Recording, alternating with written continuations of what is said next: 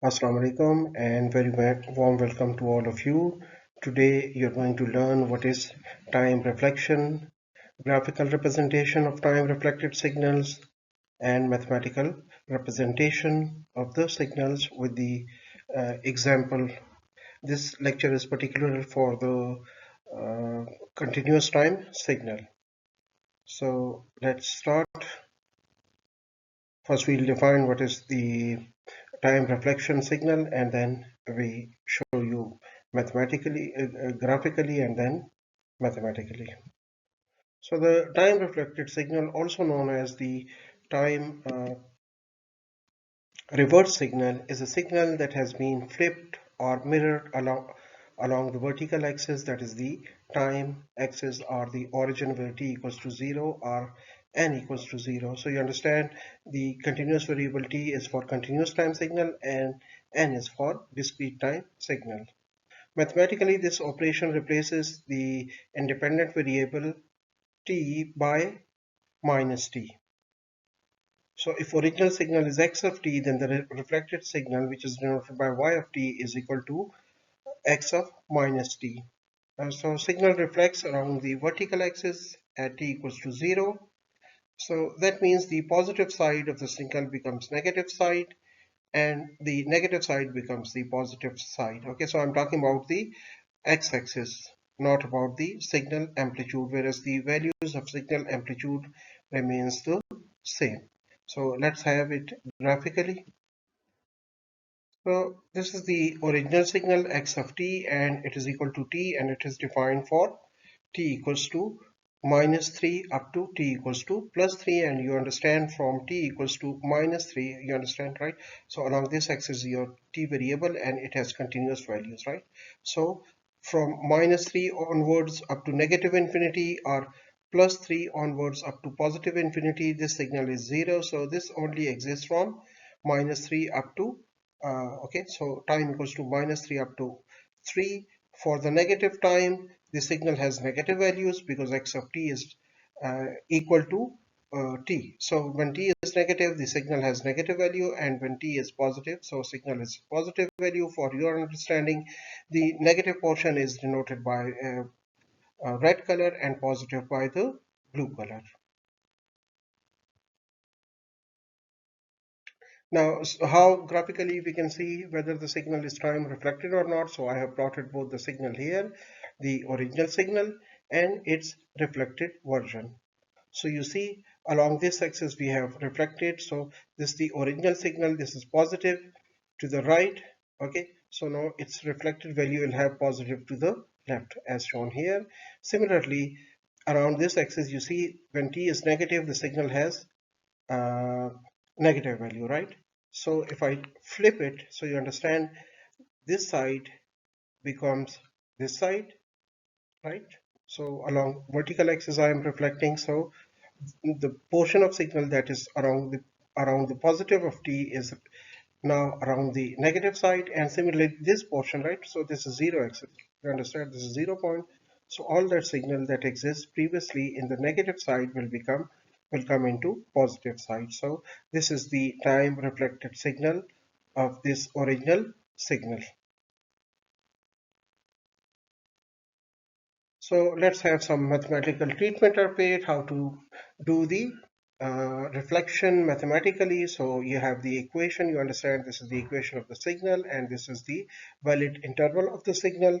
So you can see that basically by the equation, straight line signal passes through the origin. So at negative amplitude, okay, because this exists from minus 3 up to 3. So if t equals to minus 3, this signal has negative value, and if t is plus 3, this signal has the positive value or positive amplitude. So let's have its mathematical treatment, how mathematically it is done. So you understand that t is variable, so because we are reflecting, so we will replace t everywhere by minus t. So let's say y of t is the reflected version of x of t, then y of t we write is equal to x of minus t. As in the original signal, x of t equals to t, so replace t by minus t. So y of t will be equal to x of minus t, which is equal to minus t. Okay, Again, the interval is, so the second step is to do the algebraic things in the valid interval as well. So that means original interval is -3 to 3. Then we replace t by minus t. So now we have minus t is uh, equal to or greater than -3 and less than or equal to 3. So let's multiply both sides by all the three by -1. So you understand, when you multiply by -1, the inequality is the sign of the inequalities reverses. So that means -1, so multiply by this, so it becomes t, and -1 by -3 is +3, and again this inequality will be reversed.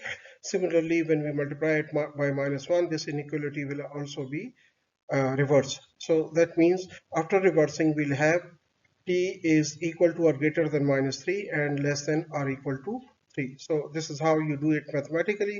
So you understand, you do it in two places. One in the definition, if t exists, you replace by -t, and the second in the valid limit intervals.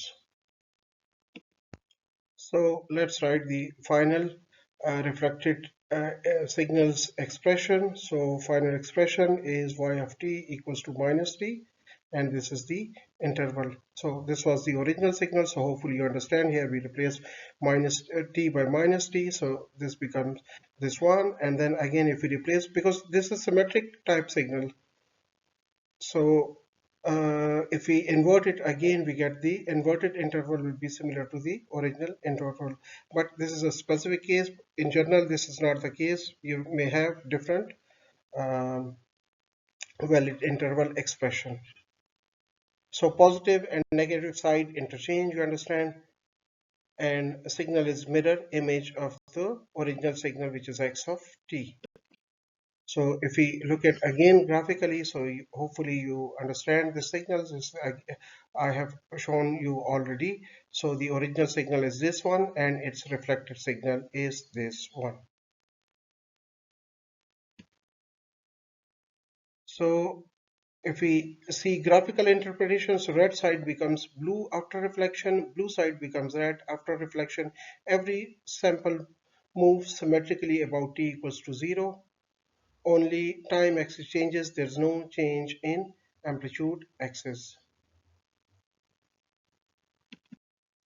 So this ends the lecture on continuous time reflection, time reflection of the signal.